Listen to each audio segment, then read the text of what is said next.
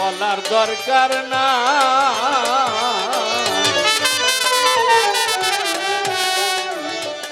ভাবে ভাবে ভাব মিলাইয়া ভাবে রো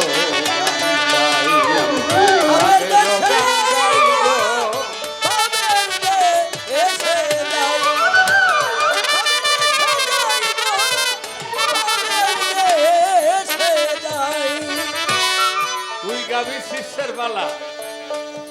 গান গাইছর যায় কই এটা তুই বিচার কর এই বেইনসাফ যারা করে যাদের ইনসাফ নাই ওরা ইনসান হইতে পারে না। আমি তোর আগেই বলছি আমার দয়াল বাবা মামুন খান আমার একটা ইঙ্গিত দিয়েছেন এবং তুই আমার ভাই এর চেয়ে বেশি কিছু করলেও তোর সাথে আমার কোনো দ্বিধাদ্বন্দ্ব নাই নাই তোর যেখানে ইচ্ছে প্রশ্ন কর পাইলে জবাব দিব না পাইলে মামুন খানের কলঙ্ক হবে আমার কিছু না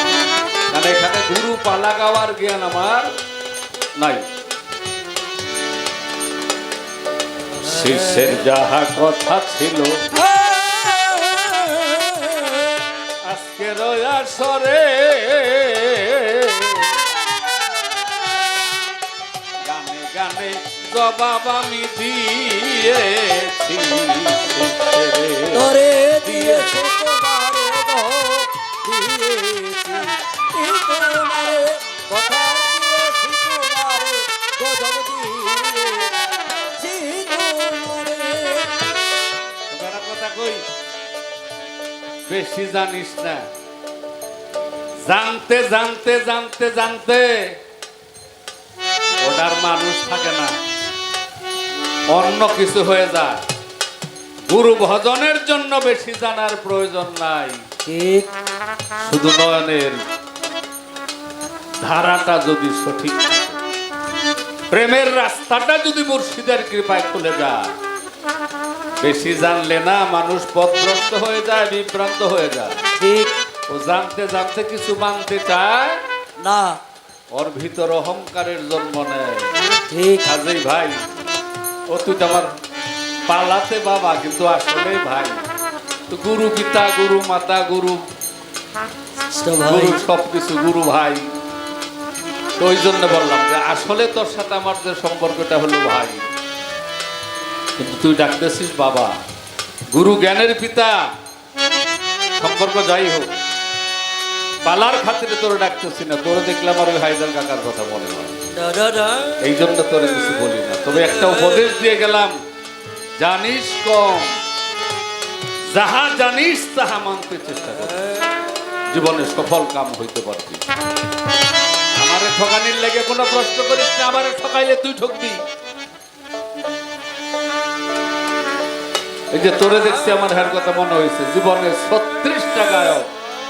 যাদের সাথে গান করেছি এই পৃথিবী থেকে বিদায় নিয়েছে মালিক আমাদের বাঁচিয়ে রাখছে কিন্তু তাদের স্মৃতি আজও মনে পড়ে কার সাথে কেমন আচরণ করেছি কত কিনা বলেছি কত কি বলেছি কত নিজেকে প্রতিষ্ঠিত করার জন্য কত কথাই না আমরা বলেছি তো তোরে উপদেশ দিলাম বেশি জানার প্রয়োজন নাই মুসলমান হইয়া মুর্শিদের আনুগত্য কর এত বেশি জানার কোনো প্রয়োজন নাই এত হাট জানার প্রশ্নের কোনো প্রয়োজন নাই এগুলো গুরু জ্ঞান গুরু দরবার থেকে তোকে দেবে রাখলাম এর পরেও প্রশ্ন করেছিস আমি যতটা সাধ্য